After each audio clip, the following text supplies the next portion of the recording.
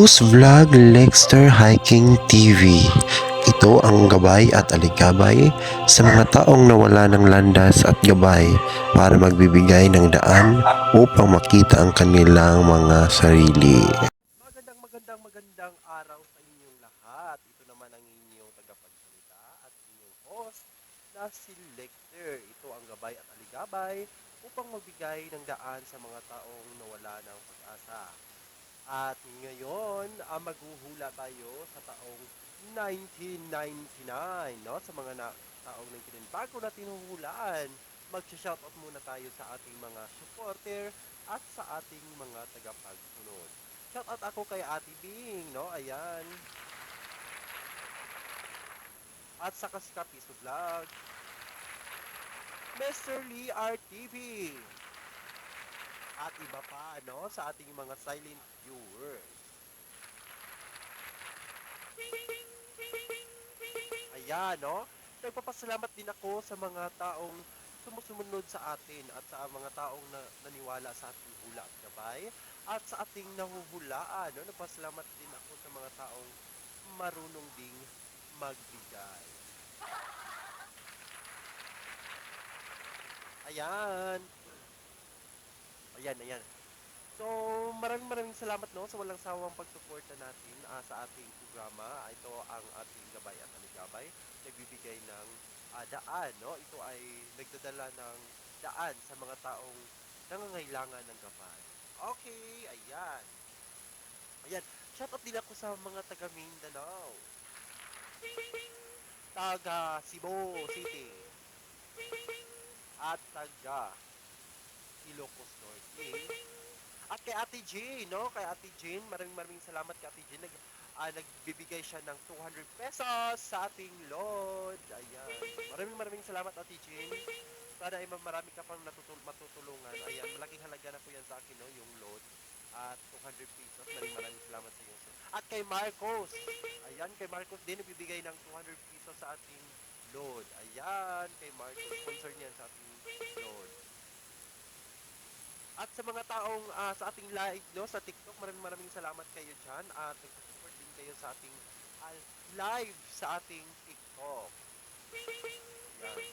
Maraming salamat sa gustong bumili ng bracelet at saka kwintas, no? Dito puntakin lang niyo po ako. Ito po yung bracelet na black ay ito po yung nagdadala ng swerte. Sa gustong magdala ng swerte at sa gustong magdala ng proteksyon, no? Sa gustong may proteksyon sa ating pangsarili. At ito namang kwintas na ito ay ang alimata. Ayan, no? Ayan. Bago natin kumpisahan ang ating mga paghuhula, mag-prayer muna tayo bago natin buksan ang ating mga gabay at para mag-first na. Ayan. Kanan saman anak santo, mana mo na manangis, pagdaigo ng mga lan umungos na mo yung pagdiyan na kuman. Ang kalmo sa matagal daw, ihatid sa mga tao sa iba. Dili mo kami, umungos. Ayan, no? Maraming salamat sa inyo. Sana po ay gabayan mo ang Panginoon sa mga nagabay sa mga tao. Maraming salamat sa Panginoon sa mga panahon no, sa ating gabay at gabay. Sila po ay nagtulong ako sa may patuloy po ako na magpapagbigay at matulungan ko ang mga nangangailangan sa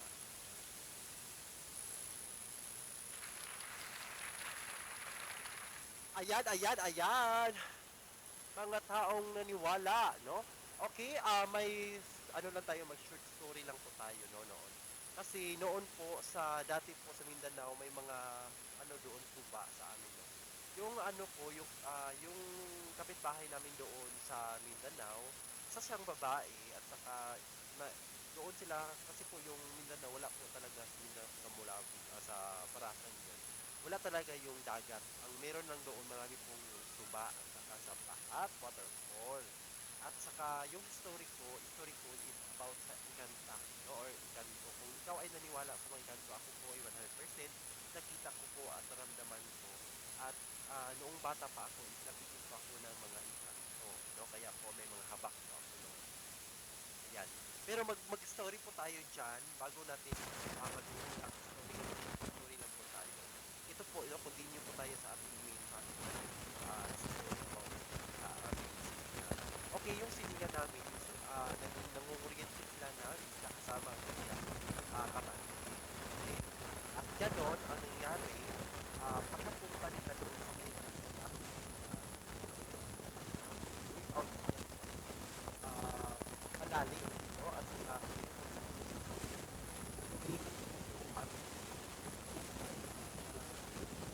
kilala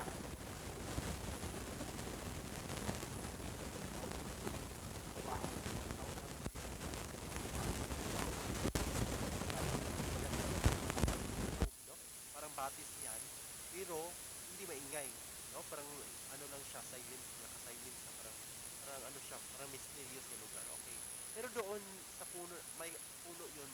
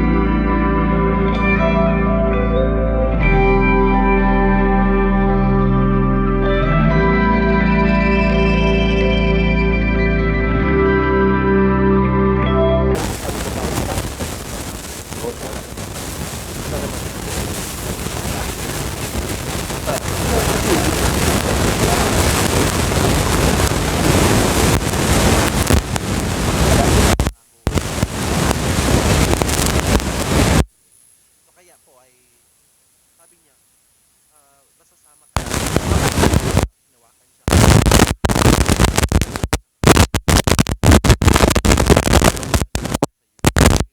Nandiyan na may mga ano na daw, kung marami ng building, maganda po daw yung itsura, yung ano na may bago po siya. Pagkatapos, hindi niya alam, na-shock na lang siya.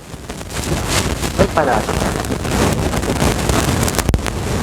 Yung Reyna na yun, yung nakaupo, at saka may hari, at saka may mga pagkain na parang sabi man, ano yung tawag yun?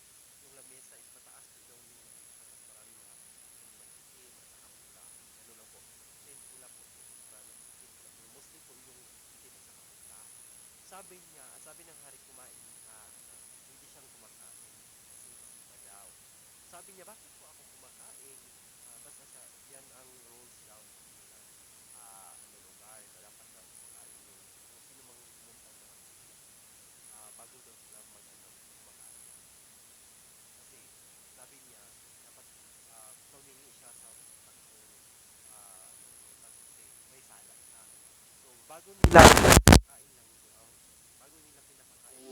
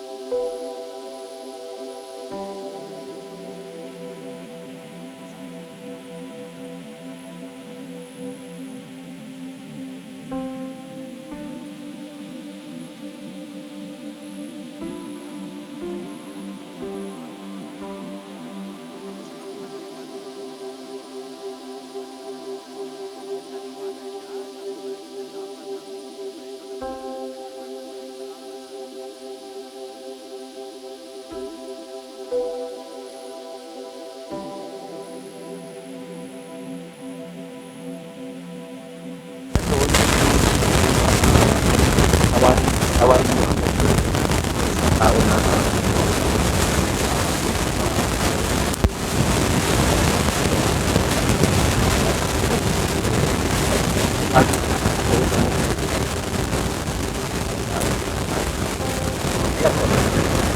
One. So, yun, yun. Yun, may yung mga ano,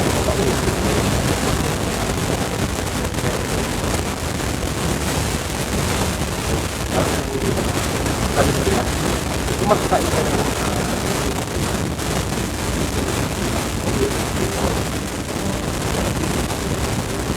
Wow.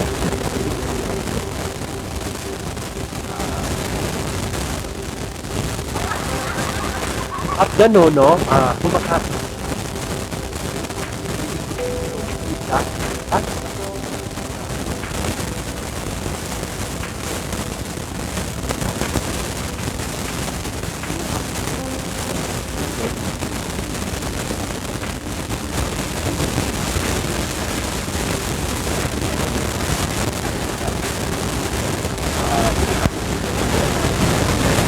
sa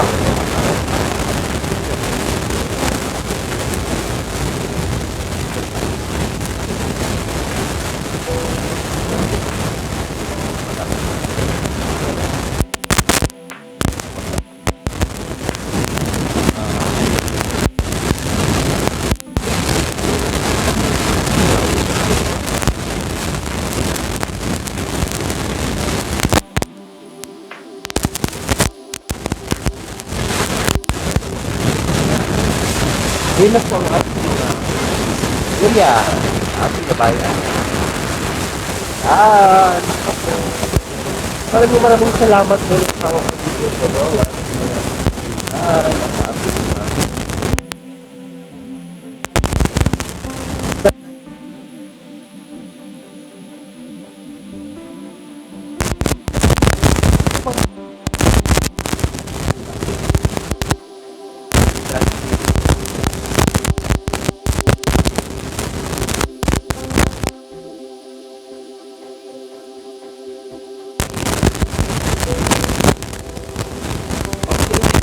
Okay.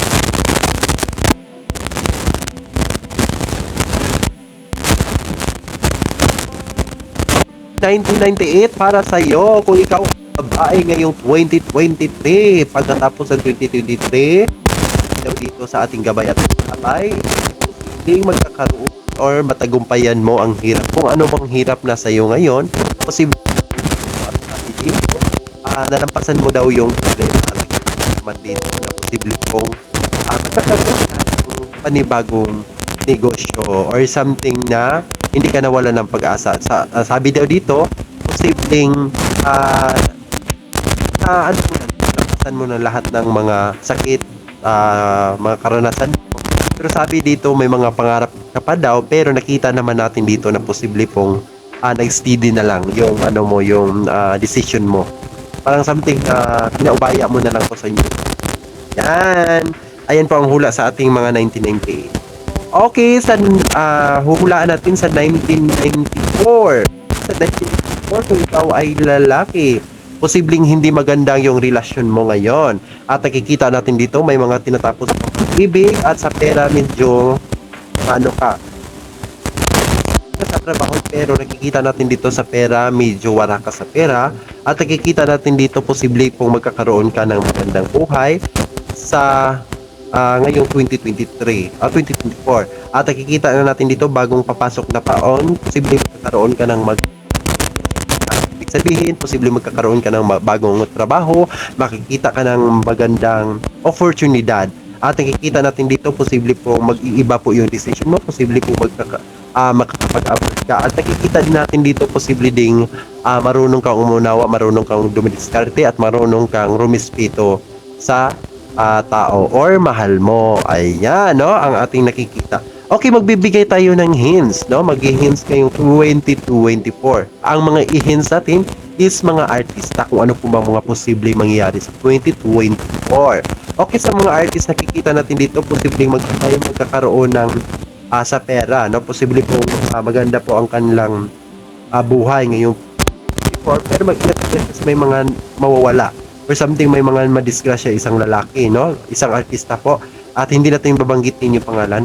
At nakikita natin dito yung artista na to, lumalaban siya pero hindi talaga, no? Hindi talaga niya alam kung ano pong posibleng nangyari sa kanya.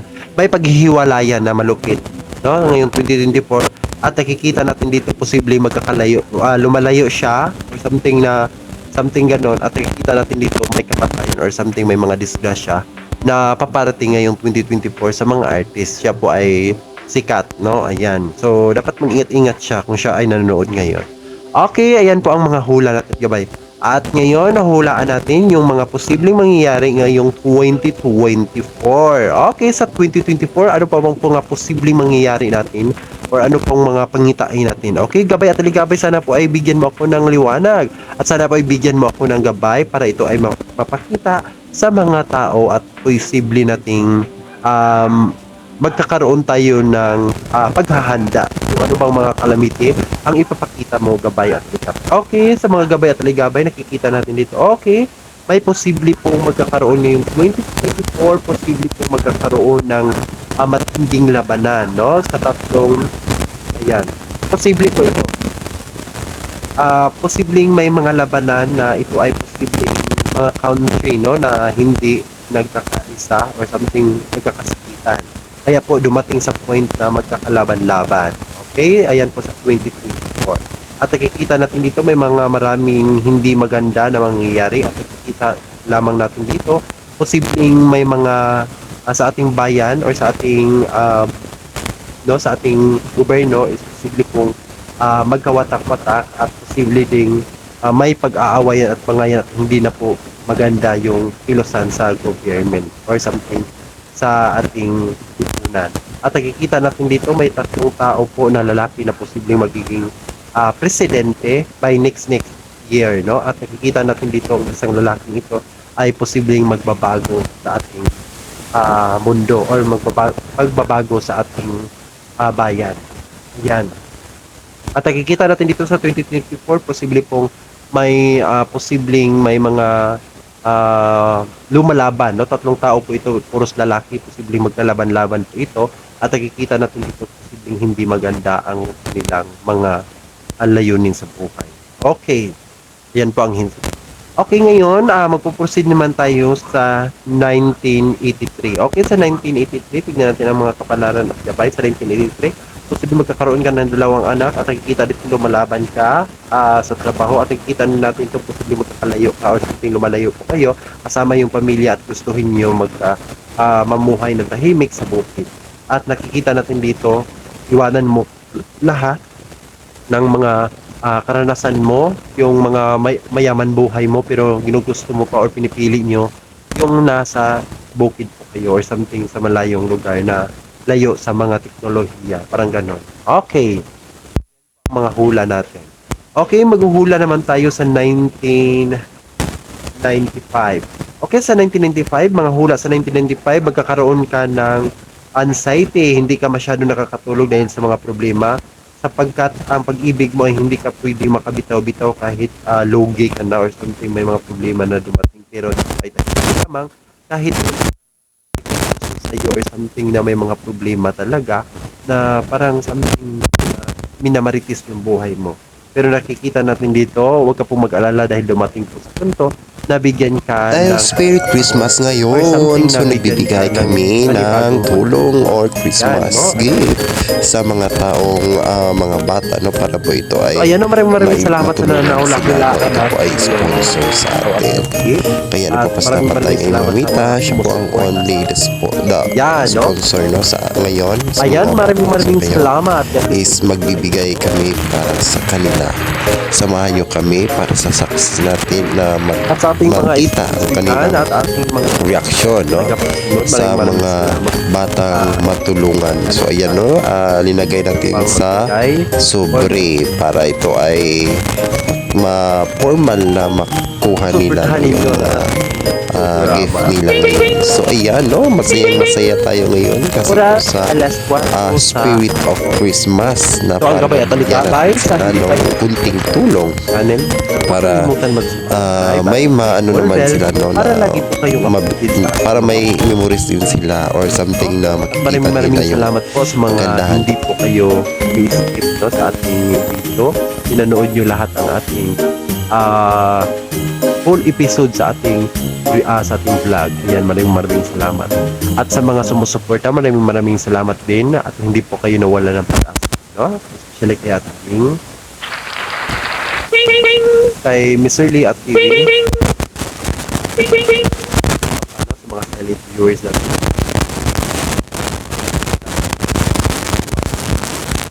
Maraming salamat sa naniwala nilang mga katanungan na matagal na tinikim. Ayan, no? Maraming salamat sa inyo.